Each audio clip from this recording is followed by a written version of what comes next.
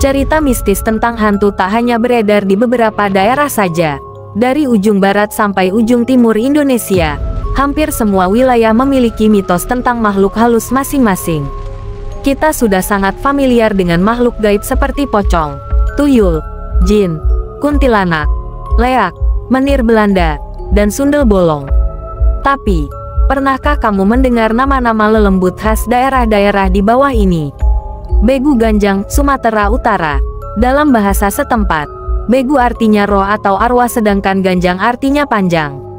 Jadi bisa diartikan, begu ganjang adalah arwah yang berbentuk panjang.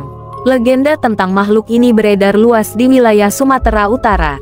Konon, begu ganjang zaman dulu dipelihara warga untuk menjaga area pertanian dan perkebunan. Namun karena sifat serakah manusia, begu ganjang mulai dipergunakan untuk membunuh, dengan cara seperti santet. Pepohonan tinggi jadi tempat favorit begu ganjang berdiam diri. Palasik dan orang Bunian, Minangkabau.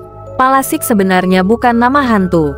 Menurut legenda setempat, Palasik adalah sebutan untuk orang yang sedang mendalami ilmu hitam, dengan menghisap darah bayi atau balita.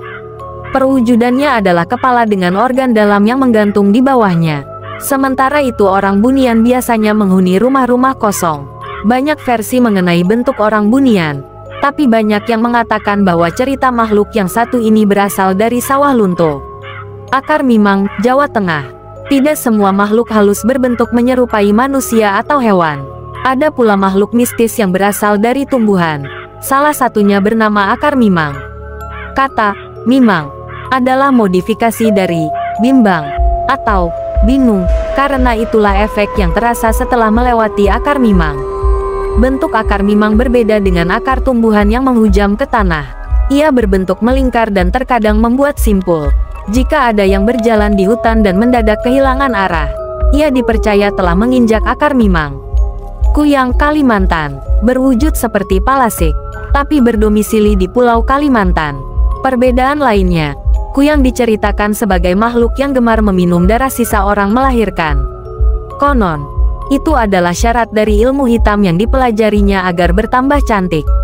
Untuk mengusir kuyang, warga setempat biasanya meletakkan cermin, sisir, dan pisau di sekitar ibu melahirkan. Ketiga benda tersebut dipercaya dapat mengusir kuyang, yang sangat takut pada benda-benda itu. Takao dan anak Sima, Kalimantan. Hubungan antara Takao dan anak Sima seperti bapak dan anak. Alkisah. Takao adalah makhluk mistis terkuat di Kalimantan yang tinggal di hutan-hutan pedalaman. Dan anak Sima adalah anak haram yang dibuang ke hutan agar tidak menjadi aib. Anak Sima kemudian diadopsi oleh Takao, dan diberi kesaktian. Ia diperbolehkan mencari dan membunuh ibunya, dengan cara memakan jantungnya. Sementara itu Takao walau memiliki kekuatan yang sangat besar, tapi dipercaya tidak pernah mengganggu kehidupan manusia. Hantu botol manci, Maluku. Pernah melihat sosok kurcaci atau karakter genome di film? Bentuk hantu botol manci sangat mirip dengan itu, lengkap dengan topi merah khas Santa Claus. Namun dinamakan botol manci, karena hantu ini digambarkan selalu membawa botol susu kemanapun ia menuju. Botol itu digunakan untuk mengganggu bayi atau balita. Selain itu, hantu botol manci juga dipercaya warga setempat bisa mengabulkan permintaan apapun, apabila orang yang memanggilnya bisa merebut topinya dan mengembalikan sebelum matahari terbit. Suanggi, Papua. Dongeng Suanggi sebagai makhluk halus terkuat menyebar luas di pedalaman Papua dan sekitarnya. Suanggi dipercaya sebagai sosok penyihir yang bisa mengubah bentuk jadi apapun, mulai dari wanita cantik sampai bola api.